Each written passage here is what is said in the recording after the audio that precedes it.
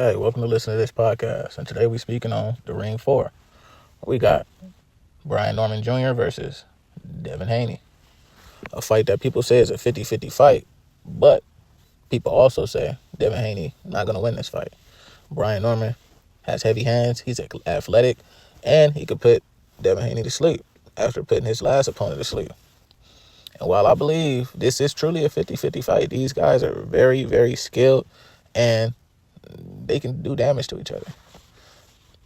I see numbers, and I've noticed seeing numbers,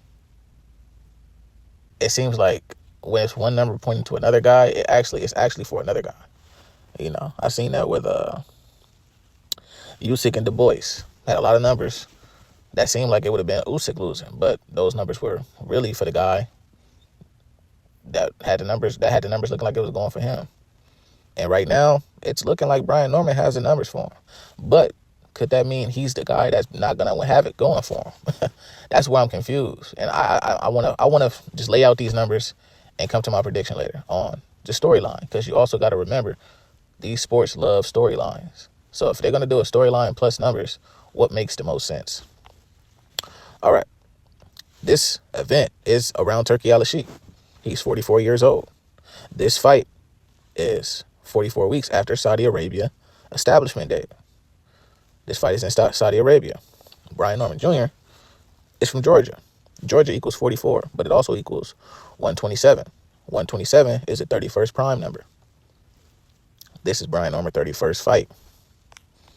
This fight is also 110 days after Turki Al-Sheikh's 44th birthday. Knockout equals 110.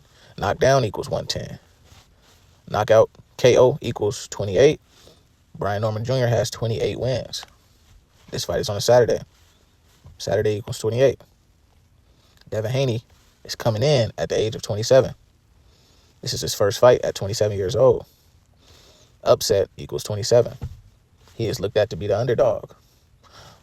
On the money line, they just switched Devin Haney to be the favorite. But in the media, Devin Haney is the underdog. After Brian Norman had knockout of the year, and Devin Haney is coming off of a loss that was removed because he fought somebody that was on performance-enhancing drugs, and another fight after that where he was looked at to be seen like he was running and scared and a deer in headlights, and he is traumatized and has PTSD from being beat down by somebody that had drugs in their system. So the narrative is looking like Devin Haney should win this fight. That's the narrative. Now, we see the Saturday number. We see the KO number, 28, could fall for Brian Norman Jr. not winning the fight. He stays on 28 wins, right? And we have knockout numbers. And we also see that Georgia equals 44, and the 44s that surrounding Turki Al-Sheikh. Those are all the numbers that I found. And I just have to come to the conclusion about the storyline. In this fight promotion, Brian Norman Jr. has won over the boxing community. His personality, his style of boxing, the way he views boxing, and how he approaches it, how he talks, his charisma, his personality, everything about him, he's winning over fans. And he needed this platform in order to do that. A big fight in a big location versus a big opponent. That's very controversial. That brings a lot of attention because so many people dislike him. I believe the reason why this is happening is because he can't win this fight. When it comes to the script, he has to take the L. Haney has been a champion, undisputed, has paid his dues in the community of boxing. He's done what he needed to do in here.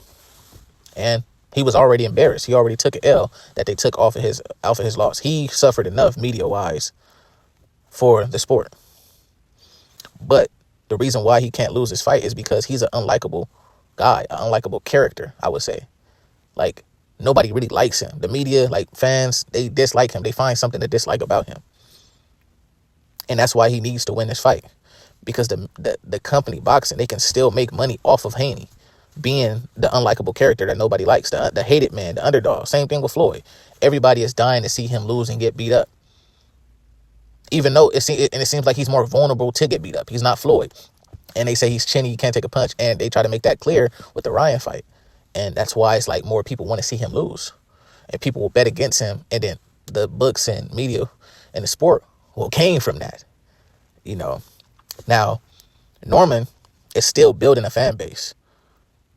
He's building a fan base off of this fight alone, the promotion, just having a knockout of the year. But this fight is a story for Haney, a redemption.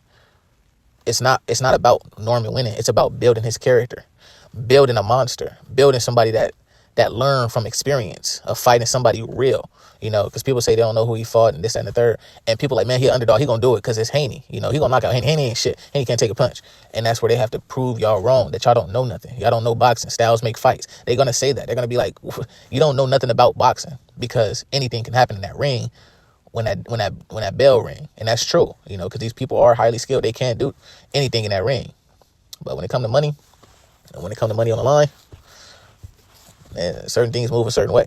So just pay attention to how Norman is being groomed to be the next young star. The hungry, the old school that don't care about a loss, that's gonna come back better than ever. This is a new era of boxing. They say they bring it back to Stone Age, another popular YouTuber that says it. Like, this is a new era of boxing. The Floyd era is finally over. People is not scared and holding on to a zero. They're losing, and they need to make that. Everybody needs to, be humble. You get what I'm saying? Like, this is a new, different era. Nobody's gonna be scared to fight. Turkey Al Sheik here, putting people against people that's messing up your style. You're not cherry picking no more. That's the storyline. So with that being said, Haney, this is Haney. This is his matchup. This is his win. This is about his story, and it's starting Norman's story, and it's starting with a loss being, all right, well, it's whatever, because I'm still a Norman fan. I love him. I can't wait to see him fight again. And then that's when his story continues, But right now, all of these numbers, you would think it's pointed to Norman, but I am looking at the storyline too, and it got to be Haney. It just got to be, But they also make Styles make fights, and I can see a lot of flaws in Norman, but I also see a lot of flaws in Haney, and I wouldn't be surprised if Norman win this fight at all, and I could be wrong with that. But I'm going to roll with Haney winning, and possibly it being a knockout. I do believe this fight card is going to have fireworks, knockdowns, and potentially knockouts, and this one could be one of those. You also got to remember, Haney has been called a weight bully and a big opponent, a big guy, and he's been draining himself at these smaller divisions. And he's been doing it for a long time, but he's a grown man now. He's growing into his grown man strength, and he's finally going up into a higher weight class to where he doesn't drain himself. And he just said this training camp was about strength and explosiveness and everything else. I already have the skills. I know the skills. I've been doing this for so long.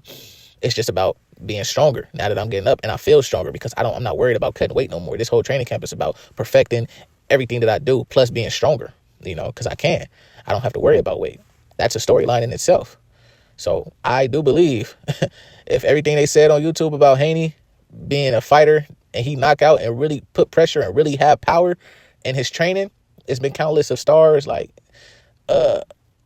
it's been countless of boxers that said Haney doesn't fight the way he fights in his sparring. And I feel like he's going to bring that out, and people are going to be highly surprised.